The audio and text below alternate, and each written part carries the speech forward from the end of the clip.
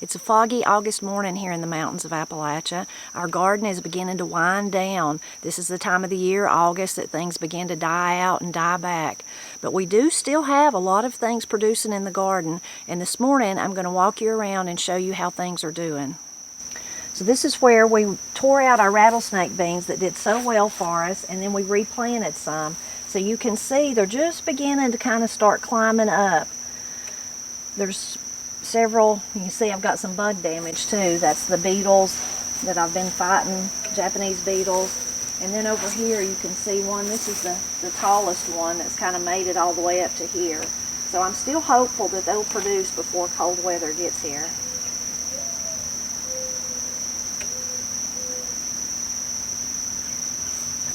Up there in that kind of monstrosity of a bed, you can see the blackberries have just went crazy this year. They're still, the ones on this end, on the right side, they're still producing a little bit, but there's no more going to set. What's on there, that'll be it for the blackberries this year. The ones on the other end have kind of already quit producing. There in the middle, kind of that jungle, is some ground cherries that I let grow. They're not ripe yet, but it seems like this year our ground cherries have got taller than ever before. Over the winter, I'm really going to work on trying to tame the blackberries and weave them back through the trellis. This is the first year we had the trellis, so that's why it's kind of, and we put it up after the blackberries had already started growing and started actually setting fruit, so we weren't able to really weave them through it very good for fear of course, damaging the fruit. But the blackberries have been amazing this year.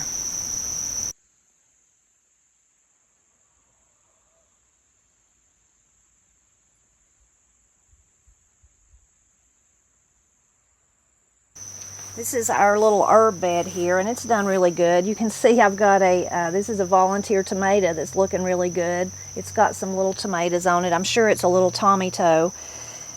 We've got lavender and rosemary, oregano, and lemon balm that the girls have just harvested like crazy. Katie's got it drying all over the house. My dill did especially good this year. I still have some dill growing. Parsley, some basil on the other end. And also the yarrows in this bed. Katie did add one thing to this bed this year. This is a bee balm. You can see it's kind of looking pitiful, but it is alive.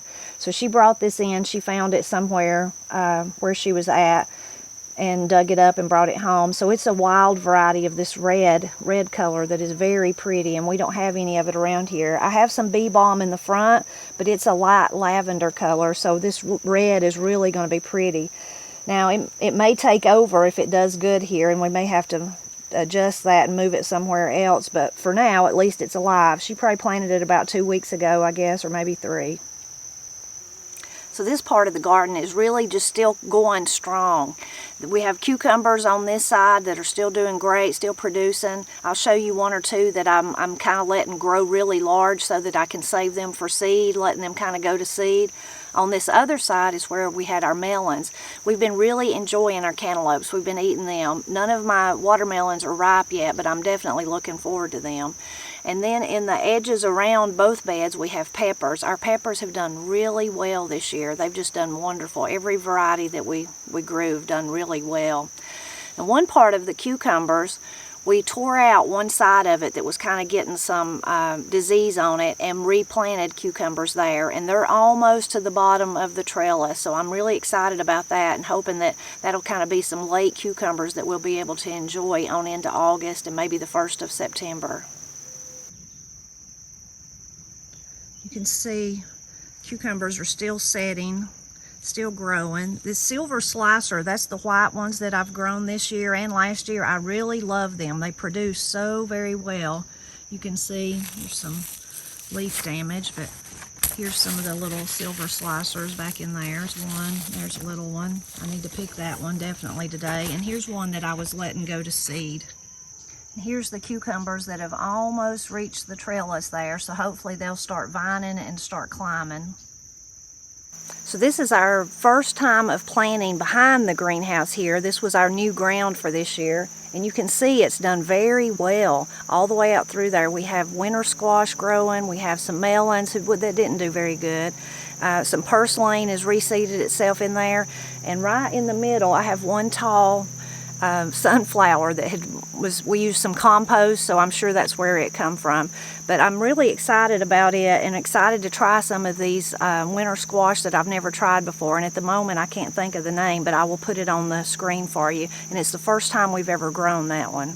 I hope by next year we can kind of continue to add some compost here and kind of build this up, because it is a great place to plant those kind of things that really vine out and go, and just let it go, because it's not in the yard, it's not in the driveway like my ones in the front are, and it's just got room to kind of spread out and go wherever it will. So that it did work very well for that. I think as we continue to add more soil, enrich the soil, that it'll do even better in the coming years.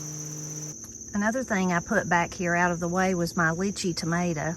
It's not really so much a tomato as it is like a fruit, tastes like a fruit. And you can see when the little pods open up, and they've got spikes all over them, but that's when they're ripe and ready to eat. You see it's kind of really got seeds on the inside, but I think it tastes good. It's funny, last year when I grew them in the beginning of the year, I didn't think that they tasted that good. But whoops, I dropped that one. Where'd you go? There it is. But as the year went on, I decided that I really liked them. And they reseeded themselves everywhere where I had them in the front. So maybe, I don't know if that'd be a good thing or a bad thing, if they reseed themselves back here.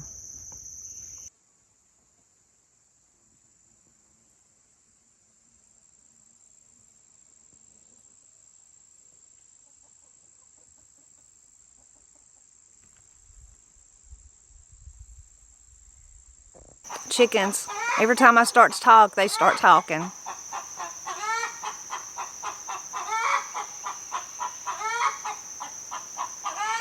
Someone probably just laid an egg, or either somebody's in somebody's way. Who knows? This is one of...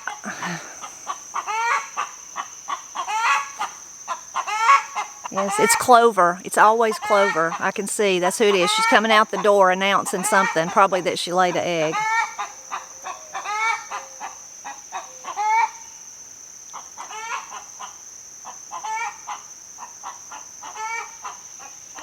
This area of the garden is kind of really you can tell what's dying back for sure, our tomatoes, because it's this time of the year that they're kind of on their last legs, I guess you would say. But this part of the garden, this part of the bed right behind me, you can see this is that wonderful Malabar spinach. It's just beautiful. It's beginning to little blooms. It's getting its little blooms. They don't actually bloom out, but they look little. There's a little color to them. They don't actually open and flower very much, that I've noticed. And then they drop their seeds. Then that turns into a little seed. It's very prolific here where I live, and the great thing about it is that it will be like this until the first frost. Sometimes, I think last year it lasted, even maybe the first frost didn't get it, and then it was the next, I guess, the hard freeze that kind of wilted it in place. But it really just goes strong like that all summer long, gives you a wonderful fresh green to eat, when a lot of times that high heat and humidity of, when it gets to July, most kind of spinaches or lettuces or any type of greens like that, like kale, doesn't do as well here where I live. Maybe where you live it does, but for us, this has really been a wonderful thing. One of those plants I just discovered a couple of years ago and that I will always grow. So you can see the little blooms, how it has those colors, but what eventually happens is, you can see right there, turns into like little seedlets, turns black.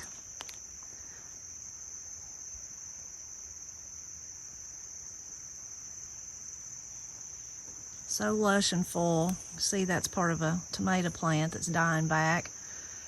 There's a tomato hiding there, one that looks like it needs to be picked. In addition, in this area right here, we have some wild apricots, what we call it. Some people call them maypops. You can see down in here's one that's actually one of the little fruits. And they can see it's kind of, well, I can't really tap on it.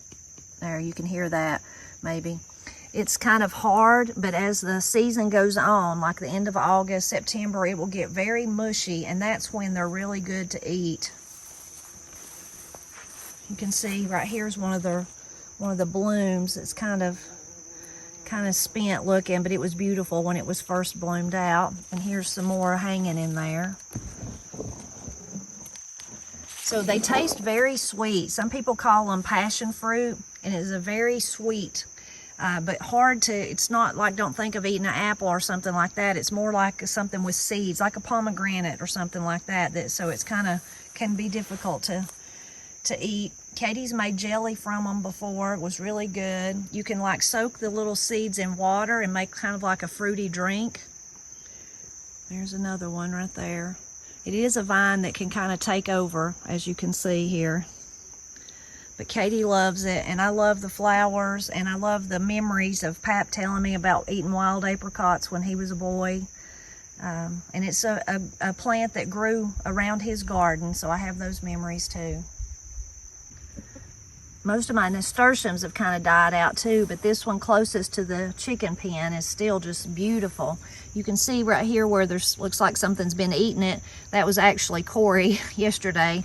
Someone, I don't remember if it was a subscriber or a blind pig reader, but we're so grateful. They told us that actually you can use nasturtium leaves as a natural antibiotic. So Corey made some tinctures yesterday. So that will be wonderful to be able to use that as a natural antibiotic. And we'll let you know how it goes, if it helps or what we think about it. But the whole plant of nasturtium is edible. The leaves, the flowers, the stems, and even the seeds I discovered. And the seeds are even more potent, like if you were making the natural antibiotic. It's just such a beautiful plant though. I already love it. I've grown it for years and years. But now that I know that there's one more use for it, it's kind of like becoming one of my really favorite ones. I already knew it was edible, and I love the taste. Has like a peppery, stronger than a radish, different than a radish, but it puts you in mind of maybe a radish or maybe even horseradish. I really love it though. So here's some of our Cherokee purples, and we still have fruit all the way up, but you can also see the how the plant's beginning to die back. But again, it's that for us, it's that time of the year when that typically happens in August. So it's funny that tomato plants, you can see, if I pan up, how tall, look how tall. Like, I don't even know, is that like 10 feet or something? But you can see how healthy they still look on the top. So that's normal. As they grow taller and taller and taller, the bottom begins to kind of die out, and all that wonderful new growth is on top. Then you can really see the difference when I come over here and look. These are the ones we replanted, so you can see how beautiful and healthy they look. Really nice. These are the ones I bought, and then these smaller ones are the ones that I started from cuttings. So still a ways to go before we get any tomatoes. You can see we do have some blooms though, so hopefully, I'm hopeful.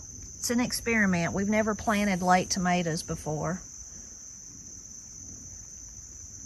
So in this bed, we have asparagus planted in the lower end of it, I should say the left side of it. And then in this part right here, we don't have anything. And this year I tried the Mississippi pink eye peas here, and I just love them. I love them, love them. We were so crazy about them. They taste, I'm sure they'd be great dried, but we've just been eating them fresh with cornbread. Oh my goodness, they're so good. So definitely next year, that's something I want to plant again, and hopefully I'll be able to plant more than that. I'm going to have to figure out where, but hopefully I'll be able to plant more than this little patch. But just these little ones, just these have they've produced pretty good for us. So we've at least enjoyed eating them fresh. It's been really good.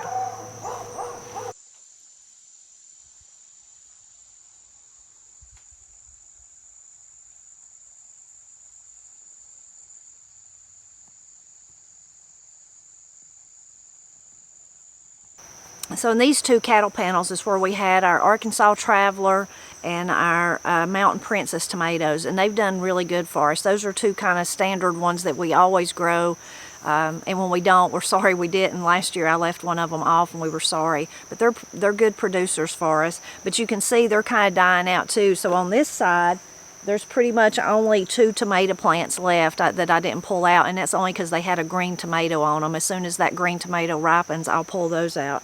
And then on this side, again, you can see, like I was talking about with the Cherokee purples, as they grow up, kind of the bottom's kind of dying out, but you can see how how tall this one is, and it's setting fruit all the way up at the top. So we'll have these tomatoes a little bit longer. The only tomato disappointment I had this year was the ones, my favorite little orange tomato that my friends David and Carolyn Anderson shared with me. The first time that I planted them when I was starting tomatoes in the spring, I know now what I did is I marked the cup and didn't plant the seed because not one come up. And then 2 weeks later, or maybe 3 weeks later, I replanted them, every one of them come up. So I'm sure I just didn't put the actual seed in there. But because of that, they were so far behind the other tomatoes that we went ahead and planted them, and then they were kind of too small still to put outside, and I kept kind of waiting, and then I didn't have a good place to put them. I did put 2 of them down here, but because these other tomatoes were already growing up, they kind of got shaded out because they were on that end, kind of where the sun comes. They were in the shade, so they just didn't do good this year at all. So I didn't get any little orange tomatoes. Now some of the others, the sun golds that we grew was very, very good. And last year the sun golds that we grew were yellow, and we had some of those reseed themselves, and they're really good. And then this year the ones I ordered seeds from someone on Etsy turned out to be great seeds, but it's just a red tomato instead of a yellow one that I was expecting. But they're really good. They actually taste better than the gold ones, so that was a win, even though it was kind of a surprise.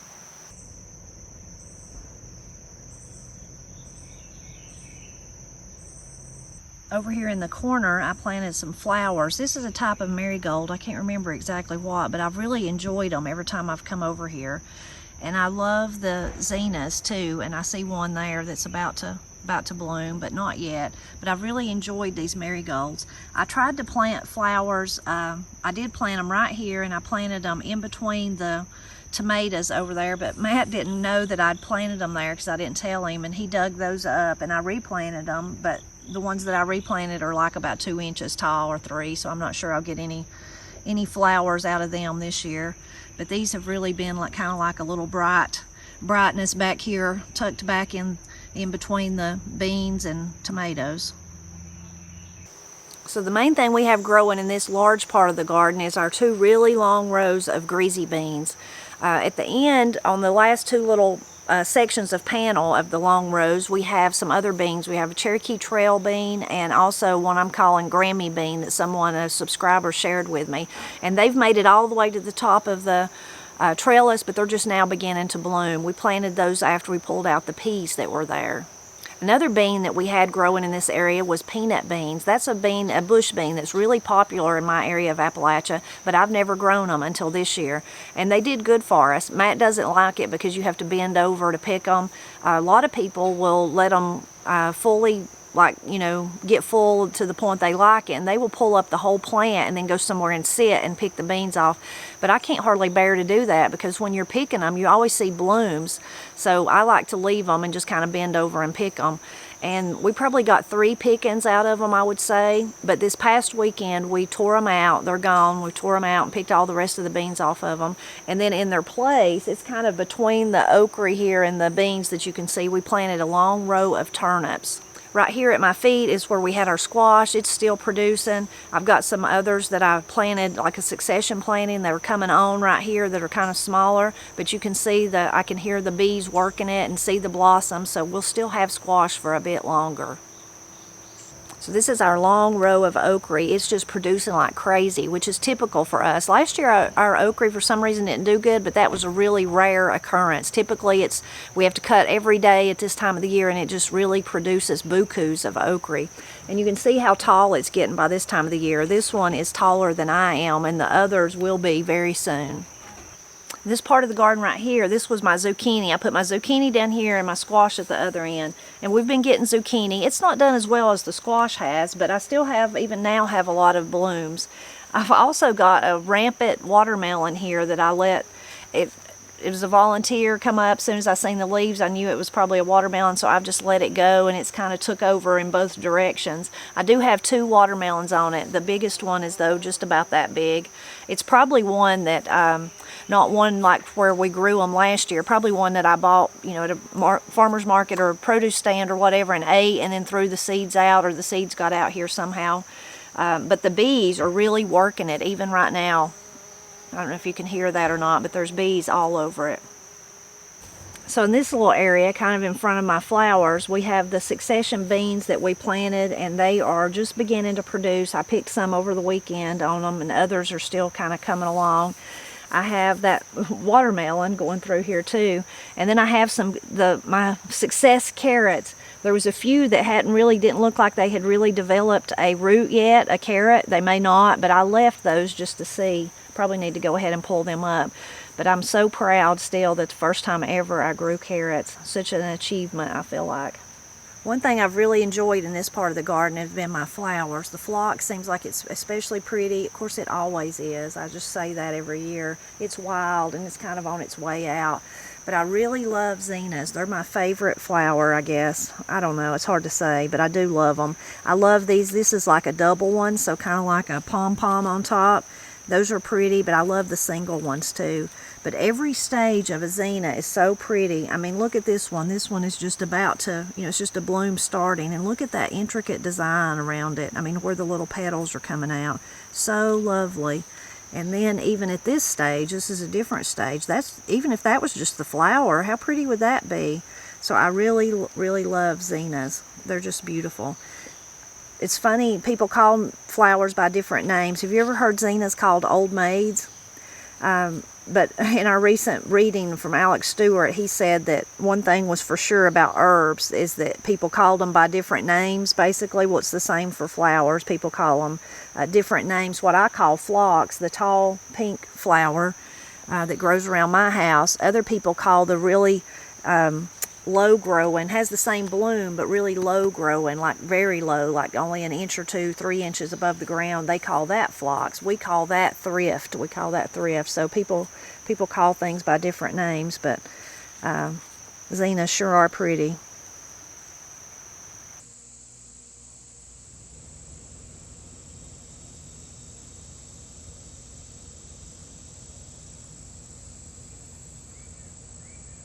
There's always something in the garden that you're not satisfied with, or that just goes horribly wrong because of the weather, something you can't control, bug infestation, that kind of thing. But for me this year, it's definitely the cabbage, because we had to put it in a different place. You can see clearly it's just been took over by weeds. We've still not tore it out and looked at it. Part of that is fear, fear of what we're going to find. Part of it is that we're waiting on the right sign to make kraut, and the last time that come around, it just didn't work out for us. But it comes around again next week, so this is something that definitely has to be done by then. And I'm just terrified that we're going to find no cabbage at all, or it's going to be just ruined, and I don't know. But either way, whether it's a total loss or not, that's just something a gardener faces all the time. Last night I was talking to one of my cousins, and he was telling me that this year his potatoes didn't do no good. Not one. I mean, like he bought good seed potatoes. He's planted them lots of times and just no potatoes. And how disappointed he was, but there just wasn't nothing he could do about it. And I was like, yeah, the life of a gardener. That's just how it goes sometimes. So, but this is definitely a dreaded task, but one that's got to take place pretty soon. There are a couple of bright spots around the cabbage. Of course, there was the zinnias and all that on the other side. So this on this kind of behind it where the cabbage is at is a really bright side, is the beans that we replanted. So we've replanted beans. You can see how great they're doing. We also replanted some cucumbers down here, like a bush type cucumber, and they're up about, I don't know, 6, 7 inches, 8 inches or something. So hopefully they'll start vining out. With all the things that I replanted, I've tried to actually give them normally we don't fertilize too much. We use mushroom compost when we plant. But other than that, we might fertilize the beans with some fertilizer. But other than that, we really don't do much. We use mulch every year, and that kind of decomposes and goes into the dirt. We use the mushroom compost, and then we use compost from our chickens. So other than that, we don't really fertilize much. But I have tried to really, these extra things that we're doing later in the season this year, like these beans and especially those tomatoes that we planted, I've tried to feed them some with some fertilizer, even if it's just something like liquid fertilizer that you can buy at the store. I made up like a tea. I've done that before, fertilizer tea kind of thing, like where you might put in some peelings and, you know, maybe some coffee grounds or something like that. But someone, I think it was a subscriber actually, that said that I should do that with bananas. Well, I had some old bananas that was about to go bad. They had went bad. Nobody had eat them. I don't even think they come from Granny's. But anyway, I was about to throw them out, and then I thought, no, why don't I make a tea with them? So I put there was like 3, I think, bananas that was already brown and mushy. I put them in a bucket of water and set them on the back deck. Matt was like, what are you doing with the bananas? I was like, I'm making tea. He's like, well, I'm not drinking it. And I was like, no, it's for the plants. So I've watered them with that. And so I'm trying to give them every bit of encouragement they can since we're late in the season, or every bit of encouragement I can since it's late in the season. And just hoping that they actually produce. I mean, it'd be a glorious thing to have fresh beans in, you know, October. I don't know that they'll last that long. It'd be a glorious thing to have the cucumbers and the tomatoes too. But we'll see how they do. So this jungle behind me is where all of our winter squash, we've got some melons in there. We've got some ground cherries that are about as tall as I am. They reseed themselves every year. So if you've never seen a ground cherry, they're ripe when they kind of fall off the vine, fall off onto the ground. And then when you open them up, they're like this color. So I really like them. I'm going to eat this one if I can get the thing off.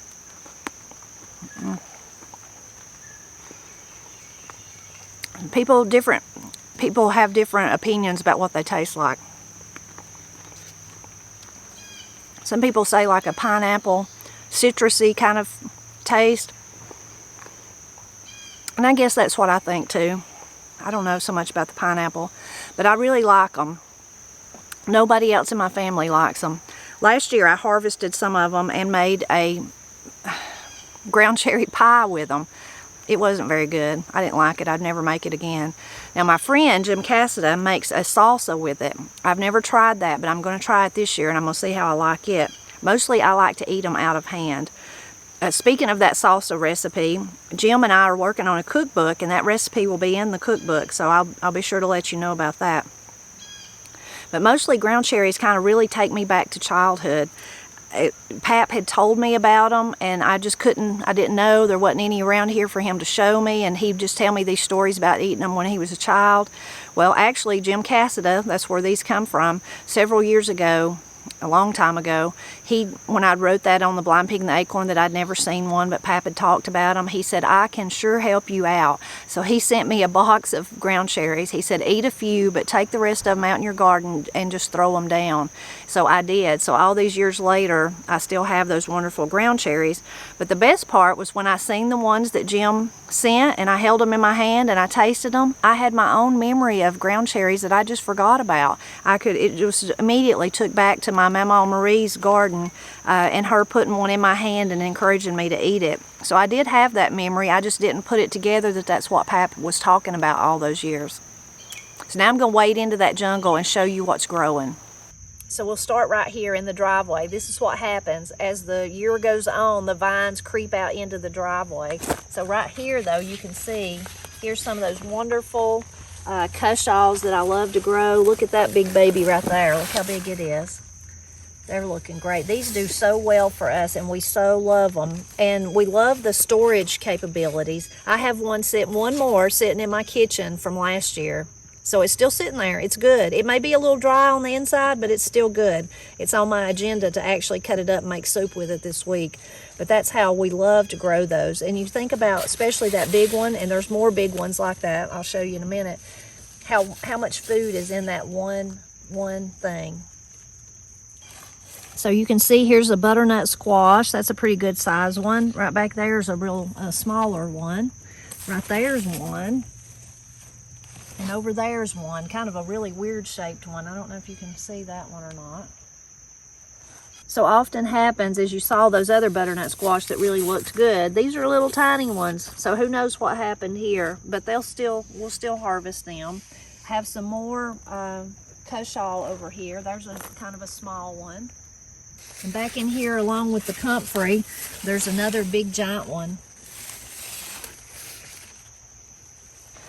So along with all the butternut squash and the cushaws did wonderful. For some reason, my pumpkins did not do good this year at all. I don't know why. Last year was bumper crop for pumpkins. But down in there, you can see one. There's one. This is a Chambers Creek, I think. Or I'm pretty sure it is. And I don't know why it's took all summer to grow, but there it is. Now, whether or not it'll make it till cold weather, I'm not sure. But at least I've got one growing.